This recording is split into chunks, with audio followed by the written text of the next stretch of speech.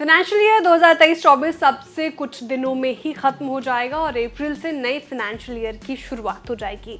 नए वित्त वर्ष के शुरू होने से पहले कई फाइनेंशियल वर्क्स की डेडलाइन खत्म होने वाली है, जिसे पूरा करना आपके लिए बहुत ज़रूरी है।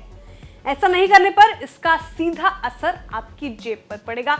इसमें कई काम टैक्स प्लानिंग और इनकम टैक्स से जुड़े हैं। जानते हैं सब कुछ इस वीडियो में। नमस्कार, आप देख रहे हैं पुस्तक और मैं हूं श्रेया ठाकुर। सबसे पहला काम तो टैक्स सेविंग के लिए करना है आपको। अब टैक्स सेविंग के लिए आपको कहां कहां निवेश करना है वो आपको बताते हैं। अगर आप ओल्ड टैक्स रिजीम को अपना रहे हैं तो टैक्स बचाने के लिए निवेश करना बहुत ज़रूरी है। और अगर आप फाइनेंशियल ईयर 2023-24 में टैक्स सेविंग का फ़ायदा उठाना चाहते हैं तो अलग अलग स्कीम्स में 31 मार्च यानी 31 मार्च 2024 से पहले इन्वेस्ट कर लें। जैसे कि PPF, SSY, tax saving FD schemes जैसी कई स्कीम्स हैं जिसमें आप निवेश करके टैक्स सेविंग करते हैं और फ़ायदा उठा सकते हैं। अब दूसरा काम है टीडीएस फाइलिंग का।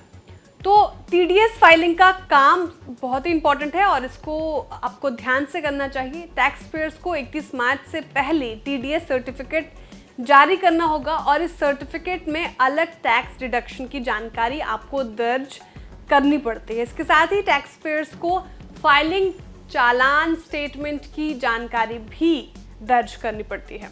इसके अलावा अपडेटेड आईटीआर फाइल करने की आखिरी तारीख भी करीब है। असेसमेंट ईयर 2021-22 के लिए अपडेट इनकम टैक्स रिटर्न दाखिल करने के लिए 31 मार्च आखिरी तारीख है।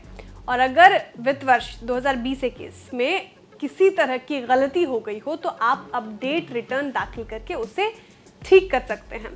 मिनिमम बैलेंस मेंटेन करना भी बहुत ज़रूरी है आपके लिए। और अगर आप पीपीएफ या सुकन्या समृद्धि योजना जैसी स्कीम्स में निवेश करते हैं और तो इस फाइनेंशियल ईयर में आपने 1 रुपये भी निवेश नहीं किया है तो इस काम को जल्द से जल्द पूरा कर लें, क्योंकि अगर आप 31 मार्च तक मिनिमम बैलेंस मेंटेन नहीं कर देंगे तो ऐसी स्थिति में आपके खाते को फ्रीज कर दिया जाएगा। इसके अलावा जो काम इंपॉर्टेंट है जो आपको 31 मार्च से पहले करना है वो है फास्टैग केवाईसी का काम। तो अगर आपने अभी तक फास्टैग केवाईसी को पूरा नहीं किया है तो इस काम को भी जल्द से जल्द पूरा कर ले, क्योंकि भारतीय राष्ट्रीय राजमार्ग प्राधिकरण यानी NHAI ने फास्टैग केवाईसी पूरी करने की डेडलाइन जो है 31 मार्च 2024 तय की है। और ऐसा न करने पर 1 अप्रैल से आप अपने फास्टैग को रिचार्ज नहीं कर पाएंगे, फिर आपको दिक्कत होगी। तो ये सारे काम 31 मार्च से पहले कर ले।